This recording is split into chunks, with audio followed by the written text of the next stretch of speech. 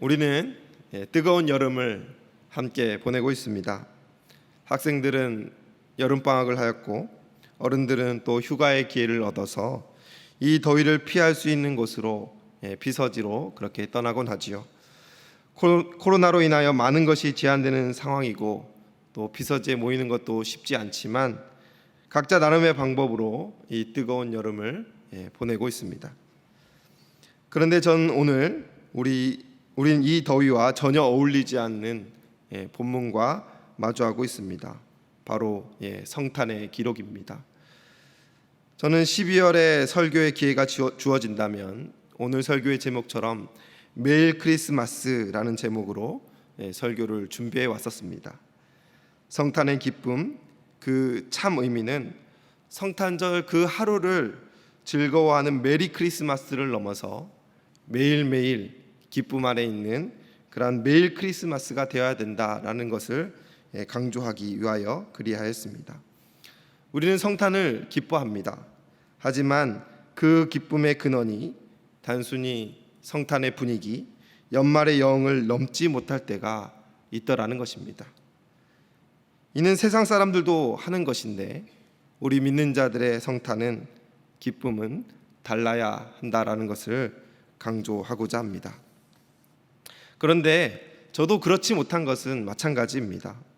매번 매일 크리스마스라는 제목으로 설교해 왔다 하더라도 잊고 살아가다가 아무렇지 않게 살아가다가 성탄의 그 본문을 또 한번 펴보지도 않고 살아가다가 성탄절쯤 돼서야 예수 그리스도의 이 땅에 오심, 그 탄생하심을 생각하고 묵상하고 상고하는 것이 반복되어 왔다라는 것입니다.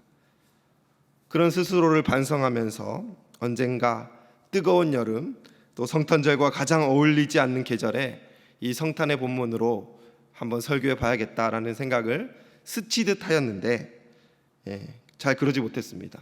그러다가 이 여름에 이 본문으로 설교할 마음을 먹게 되었습니다. 우리는 이 본문 앞에 마주합니다. 크리스마스, 성탄절이라고 부르지요. 단어적 의미는 그리스도를 의미하는 크리스트와 예배적 의미를 가지는 미사, 그것이 합성어로 되어서 크리스마스라고 부릅니다. 의미를 따져보자면 그리스도를 경배하고 높이며 예배하는 날, 크리스마스라고 부르는 것입니다. 그러기에 우리는 성탄절에 예배하고 그 전날에는 전야 행사도 갖습니다. 이외에도 우리는 믿는 자들로서 성탄의 많은 의미에 대하여 익히 들어 잘 알고 있습니다. 묵상하며 또 깨달음과 은혜 받음이 우리 가운데 이미 있더라는 것입니다. 그럼에도 불구하고 성탄절이 되면 각 교회 강단마다 성탄의 의미를 찾자, 회복하자, 우리가 그 기쁨을 누리자라는 것을 강조하고 또 강조합니다. 왜 그렇습니까? 정말 모르고 있고 알지만 그리 살지 않기 때문입니다. 그저 성탄절 그 하루를 즐겁게 보내고 여타 축하연과 같이 예수님의 생일잔치 성대하게 잘 치러드리는 것이 그 성탄절의 목적인 것처럼 그렇게 지내며 살아갈 수 있더라는 것입니다. 그렇다고 제가 매일 성탄의 찬양을 부르고 성탄의 장식을 집안 가득히 매일매일 그대로 두고 또 크리스마스를 행사를 매일매일 해야 된다, 그것이 마땅하다라는 것을 말하는 것이 아닙니다. 우리가 예수께서 이 땅에 오신 그 의미를 바로 알고 예수께서 이 땅에 오심을 믿는 자, 그의 권속에 속한 자로 그 기쁨을 누리며 감격해야 한다라는 것을 강조하기 위함입니다. 오늘 본문은 마리아의 임신 소식으로 시작합니다. 이는 성령으로 잉태된 하나님의 아들입니다.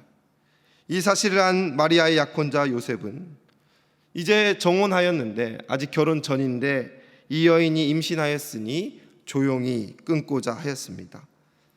하진 사실 정혼자가 있는데 여인이 그 전에 임신을 하였다라는 것은 율법적으로 당시 유대 관습으로 돌로 쳐 죽여야 마땅한 일인데 의로운 사람이었던 요셉은 은밀히 이혼하는 방법을 택합니다.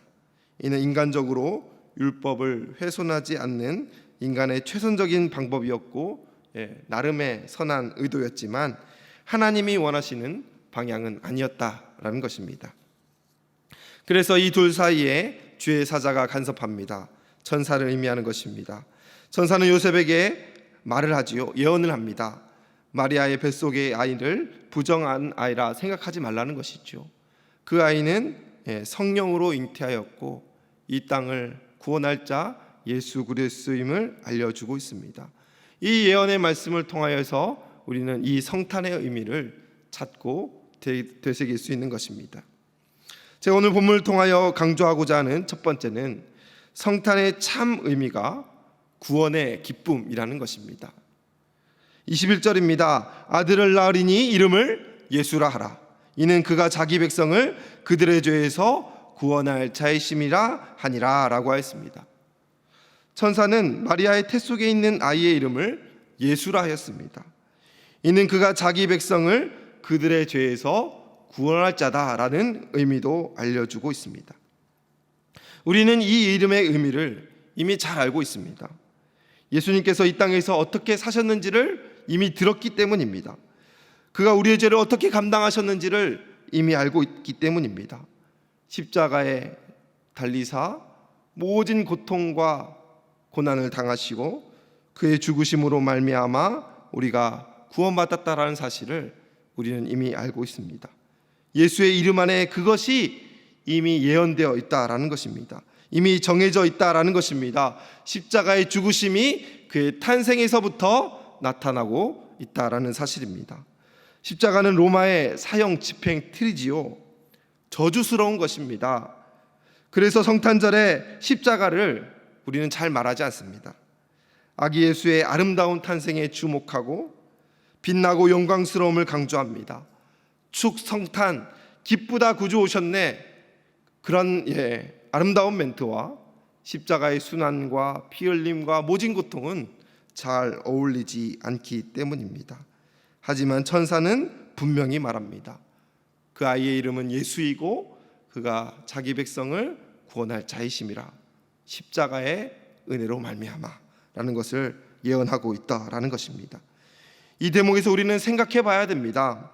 예수의 출생, 우리 예수님의 출생은 과연 축하받을 만한 것인가 라는 것을 고민해 봐야 된다라는 것입니다. 사람의 생일을 축하하는 것은 너무나 자연스러운 것입니다.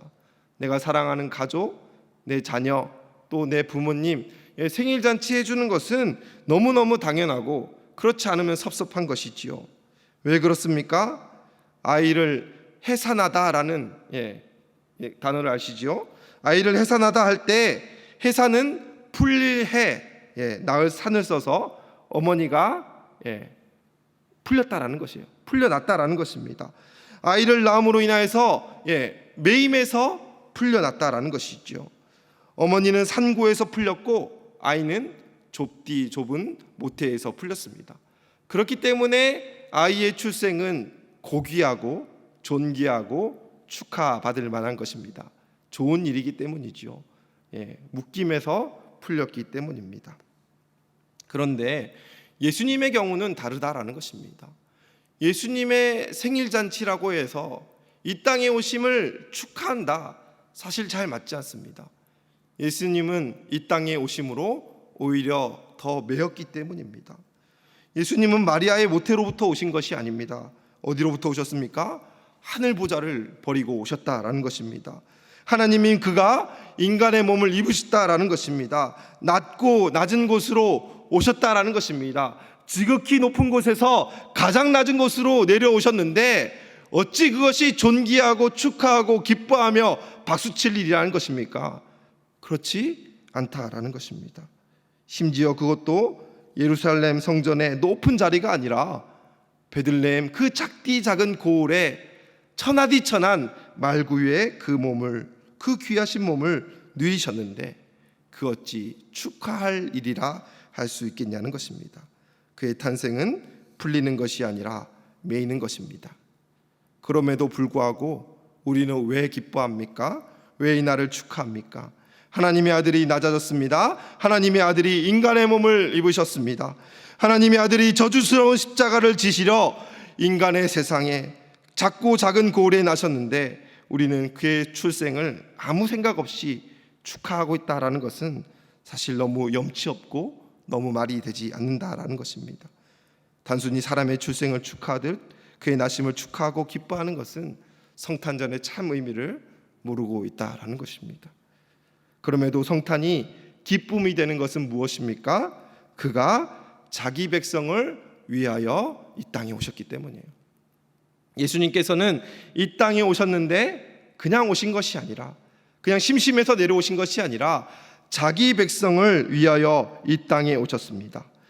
하나님이 인간의 몸을 입고 십자가에 달리심은 저주스럽고 매이는 것이라 제가 표현하였지만, 그것이 그의 백성을 위한 것이라면, 그의 백성을 위하여 이 땅에 인간의 몸을 입고 그의 백성을 위하여 십자가에 달리는 일이라면 우리 예수님께서 그것은 마땅히 기쁜 일이라 라고 성경은 우리에게 이야기해 주고 있습니다. 히브리서 12장 2절입니다. 믿음의 주요 또 온전케 하시는 이인 예수를 바라보자. 그는 그 앞에 있는 기쁨을 위하여 십자가를 참으사 부끄러움을 개의치 아니하시더니 하나님의 보좌 우편에 앉으셨느니라 라고 했습니다. 여러분, 이 말씀이 무엇이라고 말하고 있습니까? 그가 십자가를 감당하셨는데 기쁨을 위하여 감당하셨다는 것이에요. 이 땅에 오심은 그 기쁨을 위하여 감당하시는데, 그 이유가 자기 백성을 위하여, 자기 백성을 건지는 일을 위하여, 자기 백성이 죄악에서 풀리는 것을 위하여 이 땅에 오셔서 십자가에 모진 고통 당하시고 수치를 당하시고 침뱉음과 고통을 당하셨는데 우리 예수님 개의치 아니하셨다라고 말씀하여 주고 있습니다. 자기 백성을 구원하는 일이 더 기쁘다라는 것입니다. 그렇기 때문에 이 성탄은 우리 주님의 기쁨이 되는 것이고 그의 권속의 기쁨이 되는 것입니다. 보좌를 버린 것이, 인간의 육신을 입은 것이, 채찍에 맞으시고 십자가를 지시며 조롱당하며 죽으신 것이 이 기쁨 때문에 참을만 하고 상관이 없다라고 우리 주님 말씀해 주셨다라는 것입니다. 예수님의 이름은 이 성탄이 왜 기쁜지 알려줍니다. 예수님이 그 백성을 구원하심으로 기쁨을 얻으셨으므로 기쁜 것입니다. 성탄의 기쁨은 온전히 우리 주님 주 예수 그리스도의 것이며 그의 백성만이 누릴 수 있는 특권이라는 것입니다. 우리 주님과 상관없는 자들이 누릴 것이 아니에요. 성탄절에 근데 이상하게 믿지 않는 사람들도, 예수를 반대하는 자들도 좋아합니다. 기뻐합니다. 즐거워하지요. 그런데 그런 류의 기쁨과는 우리 믿는 자들의 기쁨이 구별돼야 한다라는 것입니다. 성탄은 아기 예수의 모태에서 태어남을 축하하고 기뻐하는 것이 아니라 하였습니다. 이는 풀림이 아니요 매임이기 때문입니다. 성탄은 예수님이 십자가에 죽고 그 덕분에 나는 살아나니 기쁜 그런 이기적인 기쁨도 아닙니다. 그런 자는 그의 백성일 수 없습니다. 하나님께서 그 아들을 내어주셨고 그 아들 자신도 이 땅에서 매이고 수치와 고통을 당함을 개의치 아니하실 만큼 자기 백성을 구원함이 기쁘다라는 것입니다. 여러분, 우리 구원의 가치가 이만큼 큰 거예요. 우리가 그의 백성이 되었다라는 것이, 그의 자녀가 되었다는 것이, 그의 아들이 되었다라는 것이 하나님께는 그만큼 기쁘다라는 것입니다. 그런데 왜 우리는 그 구원의 은혜에 감격하지 않고 기뻐하지 않고 있습니까? 그저 그렇구나, 이성적으로 생각하는 기쁨에 머물러서는 안 된다라는 것입니다. 매일 크리스마스, 우리는 매일매일 내가 구원받았음으로 말미암아 기뻐하고 감격할 수 있는 예수님의 이 땅에 오심의 참 가치를 아는 놀라운 은혜가 우리 가운데 매일같이 일어나야 된다는 것이죠. 그리 살아가시는, 그리 살아가기로 결단하시는 울산교회 성도님들 되시기를 주님의 이름으로 소원합니다. 두 번째는 성탄의 기쁨은 새로 태어남의 기쁨이라는 것입니다. 새로 태어나다, 거듭나다 라고 표현하지요. 본문 20절은 말합니다. 이 일을 생각할 때에 주의 사자가 현몽하여 이르되 다윗의 자손 요셉아 내 아내 마리아 데려오기를 무서워하지 말라. 그에게 잉태된 자는 성령으로 된 것이니라 라고 했습니다. 천사는 요셉에게 마리아가 부정하게 이 아이를 임신한 것이 아님을 알려주면서 그의 아이의 잉태됨에 대하여 표현하기를 무엇이라 했습니까? 그에게 잉태된 자는 성령으로 된 것이니라 라고 천사는 말하고 있습니다. 성령으로 잉태되었다. 이로 인하여서 우리는 예수님이 어떤 존재인지를 깨달을 수가 있습니다. 예수님을 신학적 용어로 마지막 아담이라고 표현합니다. 이는 오늘 천사의 말에서 기인한 것입니다. 그러면 첫 번째 아담을 한번 살펴볼 필요가 있습니다. 창세기 1장 26절입니다. 하나님이 이르시되 우리의 형상을 따라 우리의 모양대로 우리가 사람을 만들고 그들로 바다의 물고기와 하늘의 새와 가축과 온 땅과 땅에 기는 모든 것을 다스리게 하자 하시고 라고 하였습니다. 그리고 창세기 2장 7절입니다. 여호와 하나님이 땅의 흙으로 사람을 지으시고 생기를 그 코에 불어넣으시니 사람이 생명이 된지라 라고 했습니다. 이 창조에 대한 기사는 우리가 익숙히 잘 알고 있지요. 여기서 주목해야 되는 것은 우리의 형상이라는 표현입니다. 삼위 하나님께서 그의 형상대로 사람을 지으셨습니다. 삼위 하나님의 동력 사역으로 말미암아 그에게 성령의 기름을 부으심으로 그의 형상을 이뤄갔다라는 것입니다. 첫째 아담이 큰 의미를 갖는 것은 그는 온전한 이였다라는 것입니다. 온전한 하나님의 형상을 가졌다라는 것입니다. 그리고 2장 7절에 생기를 불어넣었다라는 표현에서 생기의 원어적인 의미는 살아있는 기운입니다. 이것은 단순히 살아있음을 말하는 것이 아닙니다. 그 당시에 예수님께서 말씀으로 창조하신 땅에 기는 것과 공중에 나는 새와 바다의 물고기 모든 것이 살아있었습니다.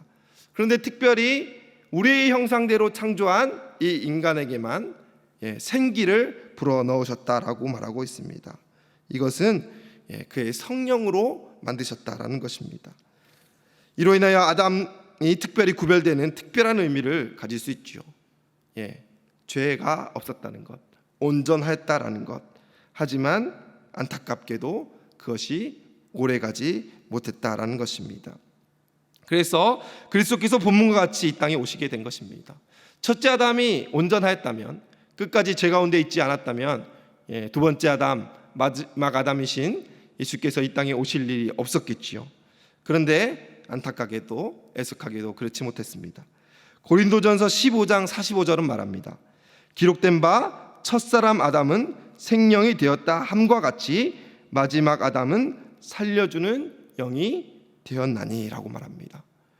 제가 말씀드린 대로 첫 번째 아담은 생령이 되었다. 하나님의 생기를 입어 생령이 되었는데 마지막 아담도 동일하게 성령으로 잉태되어 살려주는 영이 되었다라는 것입니다. 성경은 생기를 불어 생령을 얻은 아담과 대비하여 그리스도가 온전함을 다시 입은 마지막 아담이 되었다라는 것을 이야기해주고 있습니다. 그의 생기를 불어넣음과 성령으로 잉태됨이 대칭 구조를 이루고 있다라는 것입니다. 첫째 아담이 온전하게 살아갔으나 그가 죄 가운데 있었음을 우리는 잘 압니다. 하지만 이것을 다시 한번 돌이키기 위하여, 되돌리기 위하여, 회복하기 위하여 마지막 아담이 성령으로 잉태되어 그 마리아의 못에서 태어나게 되었다라는 것입니다. 이는 죄의 저주를 끊는 것입니다. 죄의 사슬을 풀리게 하는 것입니다. 저주를 끊고 새 창조의 시대를 여는 것임을 그리스도의 오심은 말하고 있다라는 것입니다. 성탄은 구원의 시작이며 또 완성이지요. 새 창조의 시작입니다. 죄의 사슬을 끊는 구원의 역사가 언약의 메시아 예수 그리스도로부터 시작됨을 천사는 알리고 있습니다. 사랑하는 성도 여러분, 성령으로 잉태되었다라는 것은 단순히 그 탄생을 특별하게 해주는 그런 의미가 아닙니다. 탄생사라와 같은 그런 인간과 다른 특별함을 말하는 그런 내용으로 기록된 것이 아니라는 것이죠. 단군사라처럼 곰이 사람이 되고 박혁거새가 알에서 태어났다라는 터무니없는 거짓이 아니라 예수 그리스도께서는 이 땅에 죄의 사슬을 끊기 위하여 다시 태어나기 위하여 성령으로 잉태되었다라는 것입니다. 니고데모라는 사람이 있었습니다. 그는 이 새 창조 거듭남을 전혀 이해하지 못했습니다. 예수님께 두 번째 모태에 들어갔다가 다시 나오는 것이 거듭남이냐 되물었습니다. 우리는 그를 어리석다 하지만 성탄의 의미를 모르고 우리가 그 기쁨을 잃고 산다면 사실 어쩌면 우리도 그와 다르지 않다라는 것입니다.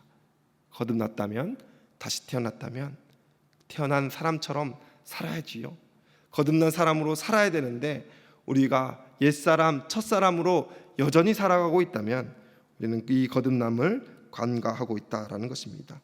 예수를 믿어 이 새 창조가 시작되었다라고 하는데 나는 바뀐 것이 없다라면, 우리의 인생은 여전히 죄 가운데 거하고 있다라면 우리는 그의 권속이요 그의 백성으로, 그의 자녀로 살아가고 있지 못하다라는 것입니다. 니고데모와 같이 이 거듭남의 의미를 전혀 이해하지 못하고 있다라는 것입니다. 이런 니고데모에게, 그런 자들에게 우리 예수님 무엇이라 했습니까? 요한복음 3장 16절입니다. 하나님이 이 세상을 이처럼 사랑하사 독생자를 주셨으니 이는 그를 믿는 자마다 멸망하지 않고 영생을 얻게 하려 하심이라. 여러분, 이 말씀을 믿으십니까? 우리가 이를 믿고 고백하는 자라면 성탄이 아기 예수님의 출생을 넘어 그의 모든 백성, 그의 권속 자기 백성을 다시 태어나게 하는, 두 번째 출생케 하는, 거듭나게 하는 그 놀라운 은혜가 담겨져 있다는 것을 신뢰하는 자라면 우리는 그 은혜에 매일같이 감격할 수 있다는 것입니다. 매일 크리스마스를 보낼 수 있다는 것이죠. 한량없는 은혜입니다. 우리가 이해할 수 없는 은혜입니다. 하지만 우리가 그 안에 속한다면 실감하고 감격할 수 있다는 것을 꼭 기억하시기를 소원합니다. 마지막으로 세 번째로, 성탄의 기쁨은 함께 하심의 기쁨이라는 것입니다. 본문 23절입니다. 보라, 처녀가 잉태하여 아들을 낳을 것이요 그의 이름은 임마누엘이라 하리라 하셨으니 이를 번역한즉 하나님이 우리와 함께 계시다 함이라 라고 했습니다. 이는 이사야 7장 3절의 인용이지요. 주의 사자가 직접 인용했으니 700년 전 이 예언의 의미가 가장 명확해지는 순간입니다. 이스라엘의 구원자 참 하나님이 이 땅에 오신 것입니다. 이사야는 이 아들에 대하여 한 번 더 예언하였는데 9장 6절이 그것을 말하고 있습니다. 이는 한 아기가 우리에게 낳고 한 아들을 우리에게 주신 바 되었는데 그의 어깨에는 정사를 메었고 그의 이름은 기묘자라 모사라 전능하신 하나님이라 영존하시는 아버지라 평강의 왕이라 할 것임이라 라고 했습니다. 이 마리아의 모태의 아이는 임마누엘이며, 기묘자요 모사요 전능하신 하나님이요 영존하시는 아버지요 평강의 왕이심을 이미 이사야는 예언하였고 그 예언의 성취가 바로 지금 이루어지고 있음을 주의 사자는 말하고 있다라는 것입니다. 이보다 정확하고 명확하고 분명한 예언이 있습니까? 천사는 마리아가 아들을 낳을 것인데 그 이름을 예수라 하라 하였습니다. 그는 세상의 아이들과 다른 성령으로 잉태되었고 이는 구약에 예언된 그 임마누엘임을, 함께 하심임을 이야기하고 있다라는 것입니다. 9장 6절에 한 아기가 우리에게 낳고 한 아들을 우리에게 주신 바 되었다라고 표현합니다. 일반적으로 아이는 어머니가 낳는 것이지요. 아이가 태어났다라고 표현합니다. 능동형으로 표현하는 것이 자연스럽습니다. 하지만 이사야서의 표현은 수동태로 표현되고 있습니다. 낳게 하셨다라고 표현합니다. 아들을 주신 바 되었다라고 표현하고 있습니다. 대체 낳게 하셨고 주신 바 되신 분, 아들을 주신 바 되었다라고 말하는 그 이의 주어는 누구입니까? 바로 우리 하나님이시라는 것입니다. 그 하나님께서 우리를 사랑하시며 우리를 구원하시기를 기뻐하시는 하나님이시요 그 아이들을 우리에게 주사 그 아들의 어깨에 정사를 매게 하셨고 진전한 왕이 되게 하셨고 하나님의 본체가 그 예수 그리스도임을 예언하고 있다라는 것입니다. 그는 임마누엘이요 우리와 함께 하시는 하나님이십니다. 사랑하는 성도 여러분, 우리 하나님은 우리와 함께 하신다라는 것입니다. 전에도 함께 하셨고 이 본문의 시점에도 함께 하셨고 지금 우리 이 순간에도 앞으로도 우리 임마누엘의 하나님은 이 예수 그리스도로 말미암아 우리와 함께하고 계심을 이 위대한 탄생이 우리에게 보여주고 있다라는 사실입니다. 우리는 그의 권속이 되었고 구원을 얻었고 또 다시 태어났습니다.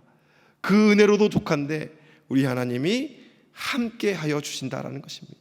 우리의 손을 맞잡아 주신다라는 것입니다. 우리의 어려움을 외면치 않으시고 우리의 즐거움 가운데 함께 기뻐하시고 우리의 살아 숨쉰 가운데 함께 호흡하시며 늘 우리와 동행하시는 이가 바로 우리 하나님, 우리 예수 그리스도이심을 이 탄생은 우리에게 보여주고 있다라는 것입니다.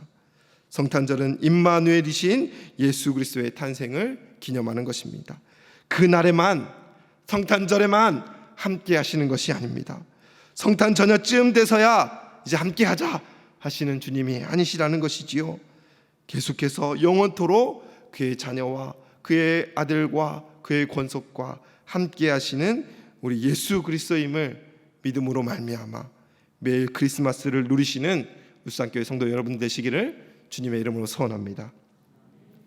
이제 말씀을 맺고자 합니다. 부모님은 늘 자식에게 괜찮다라는 말을 합니다. 맛있는 음식 앞에서도 괜찮다 하지요. 고된 하루를 보내고 자식을 보며 또 괜찮다 하십니다. 자식이 큰 상처를 줘도 또 괜찮다 하십니다. 심지어 자식 때문에 죽게 되더라도 부모는 그 자식에게 괜찮다라고 하는 것이 부모의 마음입니다. 예수께서 이 땅에 오심이 그러하지요. 십자가를 지심으로 우리를 구원케 하시는 그 은혜가 그러합니다. 그 기쁨을 위하여 그 수치와 부끄러움을 개의치 않으셨다라고 했는데 괜찮다라는 것이죠. 그런데 어찌 괜찮을 수 있습니까?